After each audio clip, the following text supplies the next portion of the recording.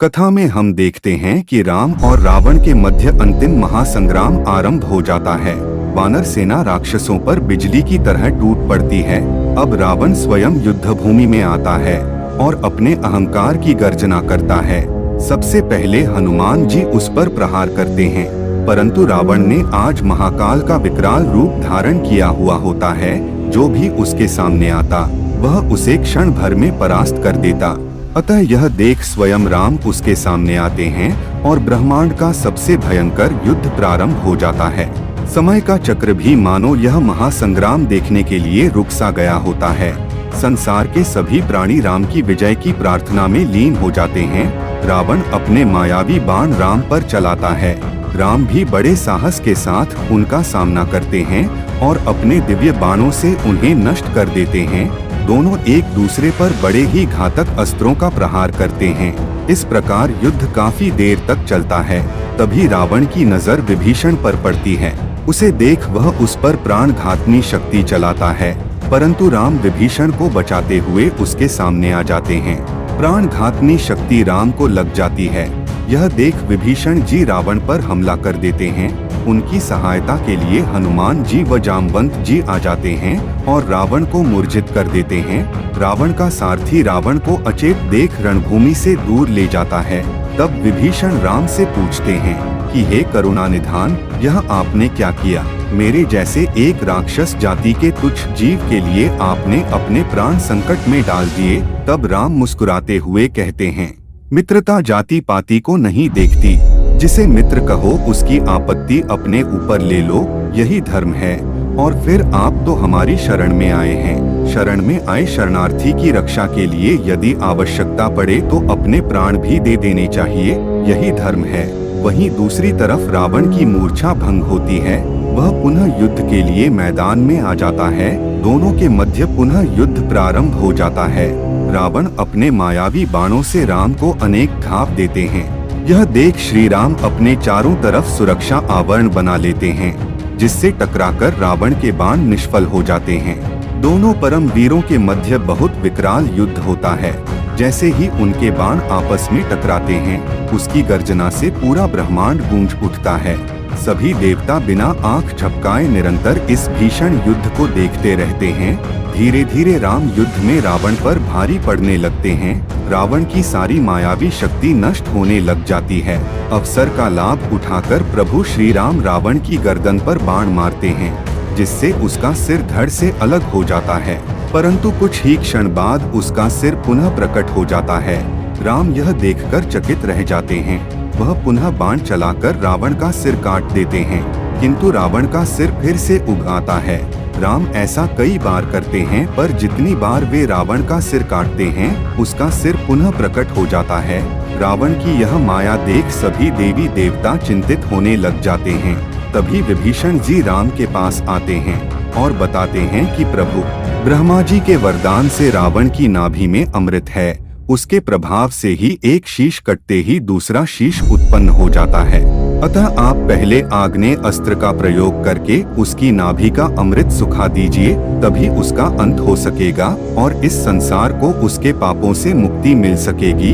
फिर प्रभु श्री राम आग्नेय अस्त्र का ध्यान करते हैं और उसे रावण की नाभि पर छोड़ते हैं। उसके प्रहार से रावण घबरा उठता है और उसकी नाभि में स्थित अमृत सूख जाता है। तभी श्री राम का सारथी उन्हें बताता है कि प्रभु, यही समय है, आप ब्रह्मास्त्र का उपयोग कर इस राक्षस का वध करें। देवताओं ने इसके विनाश का जो समय बताया था, वह घड़ी आ गई है। फिर प्रभु श्री राम ब्रह्मास्त्र का ध्यान करते हैं और रावण पर उसका प्रहार करते हैं, जिससे रावण धराशायी हो जाता है। वह अपने अंतिम समय में श्री राम का नाम लेते हुए जमीन पर गिर पड़ता है और उसके प्राण निकल जाते हैं। इस प्रकार पूरा ब्रह्मांड रावण नाम के आतंक से मुक्त हो जाता है। चारों तरफ विजय का शंखनाद गूंज उठता है। चारों तरफ प्रभु श्री राम के जयकारे लगने लगते हैं।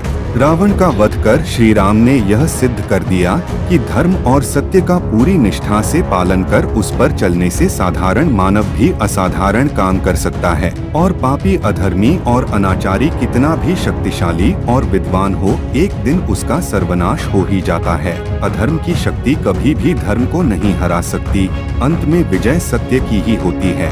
पापी का पाप जब चरम सीमा पर होता है तब उसका अंत आरंभ हो जाता है। काल के न्याय विधान से कोई नहीं बच सकता, यही परम सत्य है।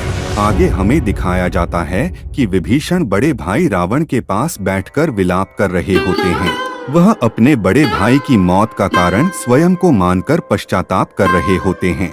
तब राम विभीषण को सांत्वना देते हैं और कहते हैं कि रावण ने रणभूमि में मृत्यु पाकर परम गति पाई है। तभी पटरानी मंदोदरी और रानी धन्यमालिनी भी वहां आ जाती हैं और रावण के शव पर विलाप करने लगती हैं। मंदोदरी विभीषण को अपने भाई और देश से धोखा करने के लिए धिक्कारती हैं। तभी नाना माल्यवान लंका का राज मुकुट व राजसी तलवार लेकर वहां पहुंचते हैं और लंका पर अयोध्या की अधीनता स्वीकार करते हुए राम से आम प्रजा पर क्रोध न करने की प्रार्थना करते हैं। तब राम कहते हैं कि लंका पर लंका वासियों का ही आधिपत्य रहेगा। उन्होंने रावण के अधर्म का नाश करने के लिए यह युद्ध किया था, न कि लंका पर कब्जा करने के लिए। राम विभीषण को लंका का नया राजा बनाने की घोषणा करते हैं तथा वह विभीषण को अपने बड़े भाई रावण का अंतिम संस्कार राजकीय सम्मान के साथ करने को कहते हैं। लंकापति रावण का पूर्ण राजकीय सम्मान के साथ अंतिम संस्कार किया जाता है। विभीषण रावण की चिता को आग देते हैं। रावण की मौत यह सिद्ध करती है कि कोई कितना ही बड़ा ज्ञानी और विद्वान हो, यदि वह अपने ज्ञान और विद्वता का उपयोग अधर्म और पाप के लिए करेगा तो उसका रावण की तरह ही सर्वनाश निश्चित है। विभीषण अभी भी अपने बड़े भाई रावण की मृत्यु के शोक में डूबे हुए होते हैं। तब राम उन्हें समझाते हुए कहते हैं कि वह दुख के सागर से बाहर निकले, लंका को उनकी जरूरत है, अतः लंका का शासन संभाल कर सबका मार्गदर्शन करें। राम के आदेश पर लक्ष्मण लंका नगरी जाकर विभीषण का पूरे रीति रिवाज के साथ राज्याभिषेक करते हैं।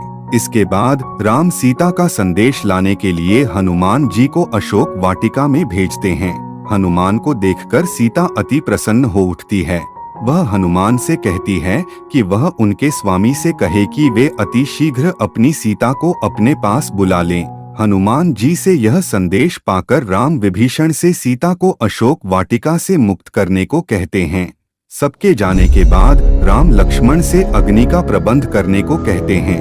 वह कहते हैं कि सीता को अग्निद्वार लांघकर राम के पास आना होगा। क्या है अग्नि परीक्षा का रहस्य जिसे अब तक सबसे छिपाया गया, जल्द ही पता चलेगा अगले भाग में। दोस्तों, यदि आपको हमारे वीडियोज अच्छे लगते हैं और आप चाहते हैं कि हम प्रभु श्री राम के ऐसे ही और वीडियोज बनाते रहे तथा प्रभु श्री राम का संदेश घर घर तक पहुंचाते रहे, तो निम्न डिटेल्स का उपयोग करके हमारे चैनल की आर्थिक सहायता करें। ये डिटेल्स आपको डिस्क्रिप्शन और कमेंट बॉक्स में भी मिल जाएंगी। आपकी छोटी से छोटी मदद भी बहुत मायने रखती है।